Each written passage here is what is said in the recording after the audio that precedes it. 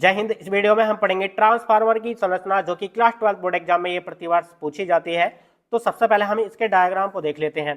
देखिए, इस पूरे डायग्राम की मदद से हम इस पूरे क्वेश्चन को आसानी से समझा देंगे। वीडियो को एंड तक देखते रहना। सबसे पहले डायग्राम के बारे में समझिए। तो यहाँ पर ये जो देख रहे हैं आपने ट्रांसफार्मर को यदि देखा होगा, तो ट्रांसफार्मर जो होता है उसमें नरम लोहे की जो है छोटी छोटी इस प्रकार से पत्तियां एक दूसरे से सटाकर इस प्रकार से लगाई जाती है कि एक प्रकार का बॉक्स टाइप का बन जाता है। ये बीच में खाली होता है और इस प्रकार से पत्तियों को जो फंसाकर एक प्रकार का बॉक्स टाइप का बन जाता है। ठीक है, अब हम इन पर क्या करते हैं, इस पर दो प्रकार की कुंडलियां बनाते हैं, एक प्राथमिक कुंडली, एक द्वितीयक कुंडली।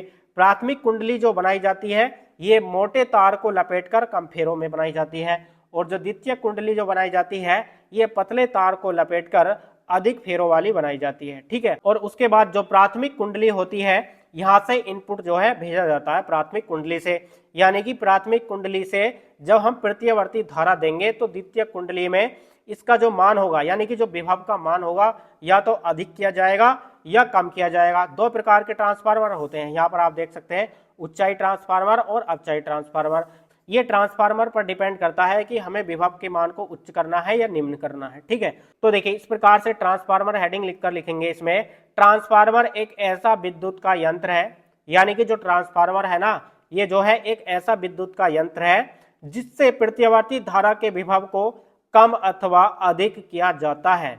यानी कि ये ट्रांसफार्मर एक ऐसा विद्युत का यंत्र है जिसके द्वारा प्रत्यवर्ती धारा, मतलब जो एसी करंट होता है, अल्टरनेटिव करंट होता है, वो जो है प्रत्यवर्ती धारा के मान को, यानी कि विभव के मान को या तो अधिक किया जाएगा या उससे कम किया जाएगा। ठीक है, ट्रांसफार्मर किस काम में आता है, यानी कि विभव के मान को उच्च करने में या निम्न करने में काम आता है। ठीक है, तो इस प्रकार से लिखेंगे, जिससे प्रत्यवर्ती धारा के विभव को कम अथवा अधिक किया जाता है। किससे? ट्रांसफार्मर से।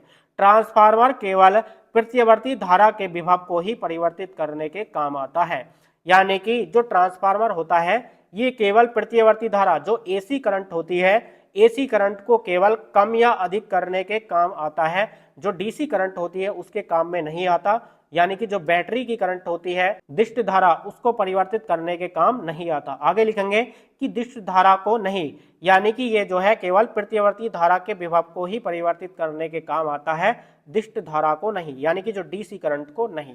ठीक है, इस प्रकार से ट्रांसफार्मर में लिख देंगे। और उसके बाद देखिए, कार्य के आधार पर जो ट्रांसफार्मर होते हैं ये दो प्रकार के होते हैं।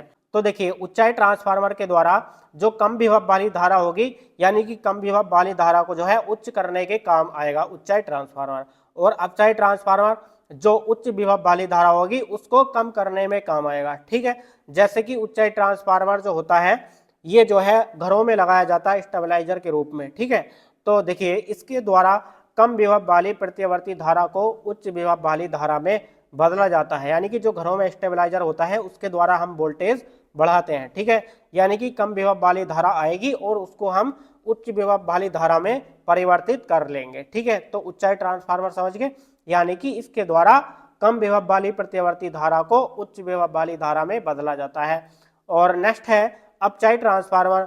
अपचाई ट्रांसफार्मर वे होते हैं जो बड़ी बड़ी लाइनों पर लगाए जाते हैं, 11,000 वोल्ट को 444 वोल्ट या फिर 220 वोल्ट में बनाते हैं। ठीक है, तो अपचाई ट्रांसफार्मर के द्वारा उच्च विभव वाली धारा को जो है प्रत्यवर्ती धारा को कम विभव वाली धारा में बदला जाता है। ठीक है, उसके बाद देखिए इसकी रचना लिखनी है, इसकी जो थ्योरी है इसको हम डायग्राम की मदद से समझाते हैं। तो सबसे पहले तो ये जो ट्रांसफार्मर आप देख रहे हैं, ये जो ट्रांसफार्मर जो बनाया जाता है ये आयताकार नरम लोहे की पत्तियों से एक दूसरे से सटाकर बनाया जाता है। ठीक है, यानी कि आयताकार नरम लोहे की पत्तियों का यूज किया जाता है और एक दूसरे से पत्तियों को इस प्रकार सटाकर लगाया जाता है कि एक प्रकार का बॉक्स टाइप का बन जाता है। ठीक है, उसके बाद देखिए इसमें दो कुंडलियां बनाई जाती हैं।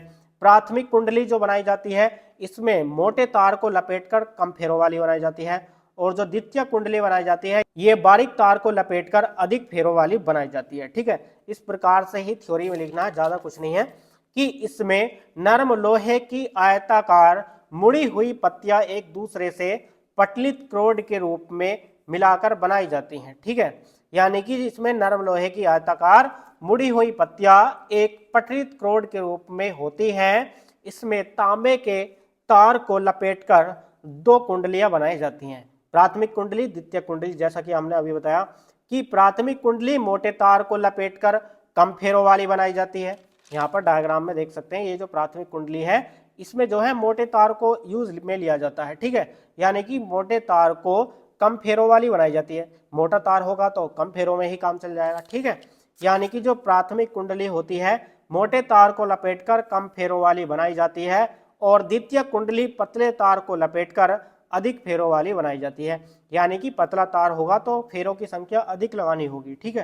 तथा प्राथमिक कुंडली में प्रत्यवर्ती वोल्टता से जोड़ दिया जाता है। यानी कि जो प्राथमिक कुंडली है ना, इसमें जो है एसी सोर्स को यानी कि प्रत्यवर्ती वोल्टता से जोड़ दिया जाता है, ठीक है। उसके बाद देखिए यहाँ पर आप देख सकते हैं इसकी कार्यविधि लिखनी है। कार्यविधि देखिए इस प्रकार से मैथमेटिकल फॉर्म में करनी है, यानी कि फैराडे के नियम से। हमने फैराडे का भी नियम पढ़ाया हुआ है, उस वीडियो को भी आप देख सकते हैं। उसमें हमने विद्युत वाहक बल निकालकर बताया था, ठीक है। यानी कि इसमें जो है प्राथमिक कुंडली में विद्युत वाहक बल बताना है P4 प्राइमरी, यानी कि प्राथमिक कुंडली में जो है विद्युत वाहक बल बताना है कि E मतलब विद्युत वाहक बल P4 प्राइमरी कुंडली में। तो देखिए EP इक्वल टू माइनस के NP in bracket delta phi upon delta t, ठीक है। इसको इक्वेशन नंबर फर्स्ट मान लेंगे। और द्वितीय कुंडली में यदि विद्युत वाहक बल देखेंगे तो देखिए यहाँ पर जो देख रहे हैं P के स्थान पर क्या होगा, S हो जाएगा, यानी कि S for secondary, P for primary कुंडली, ठीक है। यानी कि सेकेंडरी कुंडली में जो है विद्युत वाहक बल क्या होगा, माइनस के NS in bracket delta phi upon delta t, equation number 2। तो देखिए अब हम क्या करेंगे, समीकरण 1 व 2 को आपस में डिवाइड कर देंगे, ठीक है। तो देखिए यहाँ पर आप देख सकते हैं हमने क्या किया है, समीकरण 1 व 2 से आपस में एक दूसरे से भाग लगा दी है, ठीक है। तो देखिए यहाँ पर एक दूसरे के ऊपर इस प्रकार से लिखा है, और delta phi upon delta t से इस प्रकार से ये कट गया है। तो देखिए विद्युत वाहक बल निकल कर आएगा EP अपॉन ES माइनस के NP अपॉन NS, ठीक है। ये माइनस में ही होगा इस प्रकार से। तो डियर स्टूडेंट्स कमेंट करके बताना ये वीडियो आपको कैसी लगी। चलिए मिलते हैं नेक्स्ट वीडियो में नेक्स्ट टॉपिक के साथ, तब तक के लिए जय हिंद, वंदे मातरम।